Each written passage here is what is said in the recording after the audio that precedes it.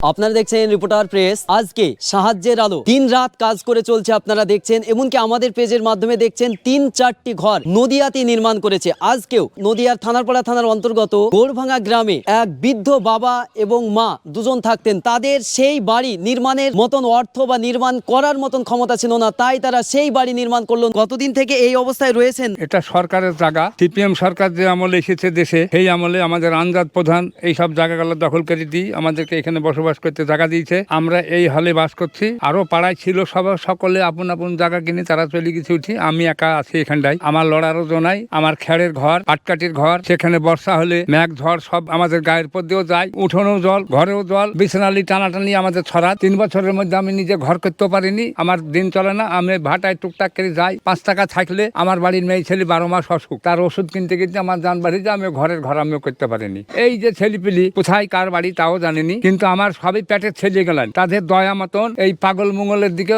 লক্ষ্য পড়েছে বলে আমার ঘরটা হলো। আজ আমার মনের আনন্দ খুব। আমার ঘরে ফুলের মালা আমার ঘরে ঝুলছে। আজ বাবাজির দিকে সামনে করি আমি নিরালায় ঘরে শুয়ে থাকবো। মেম্বার প্রধানকে জানাইলে বলবে এই বছর তোদের ঘরের কিস্তি আসেনি, সামনে বছর পাবি, সামনে বছর বললে আর এক বছর পাবে, বছরই করছে। তারা বা কি বলবো? কত বছর থেকে এই বলেছে আপনাদেরকে?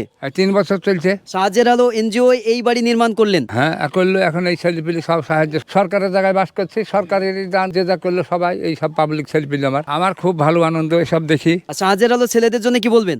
আমি ছেলেপিলিদেরকে আশীর্বাদ করি, সারা জনম জানে কোন গরিব মানুষের পাশে লাগে, যারা জানে তাদের সুখের সংসার থাকে, তাদের অসুখ বিসুখ আপাত বিপদ সবাই যেন আল্লাহ তরফ থেকে বলছি যেন পার হয়ে যায়, তাদের কোনো বিপদ আপদ যেন না হয়। সাহায্যের আলো সভাপতি রয়েছে, আপনারা কবে থেকে উদ্যোগটা নিয়েছিলেন এই বাড়ি নির্মাণের জন্য? তো দিন 15 হবে, 15 দিন আমাদের কমপ্লিট হয়ে গেছে। কটা বাড়ি এই বছরে নির্মাণ করলেন? এটা দিয়ে 6টা, তার মধ্যে মুর্শিদাবাদে 2টো করেছি আর আমাদের নদিয়াতে 4টি। 5 মাসে 6টা বাড়ি নির্মাণ করতে অনেক অর্থের প্রয়োজন হয়, এগুলো কিভাবে সম্ভব হয়ে ওঠে? কিভাবে বলতে আমাদের সব সাহায্যের আলোর এক গুরু যারা ছেলেপিলে আছে সবাই 200-100 দিয়ে, মানে যে যা পারে আর কি, যার সামর্থ্য অনুযায়ী দিয়ে কালেক্ট করে আমরা এটা করি। আমরা সরকারের কোনো ফান্ড পাই না। 28,554 টাকা অবধি খরচ হয়েছে, তবে এর থেকেও বেশি খরচ হয়েছে, সেগুলো ধরিনি। বাড়ি নির্মাণের জন্য বাড়ি নির্মাণে জামাল ভাই, মিঠু ভাই আর আসলাম ভাই। এই বাড়ি নির্মাণের ক্ষেত্রে কত অর্থ ব্যয় হয়েছে এবং তিনি অনেকবার জনপ্রতিনিধি যারা ছিল তাদের কাছে তিনারা যায় এবং সেখান থেকে সাহায্য না পায় আজকে সাহায্যের আলো ছুটে এসে কে ঘর নির্মাণ করলো।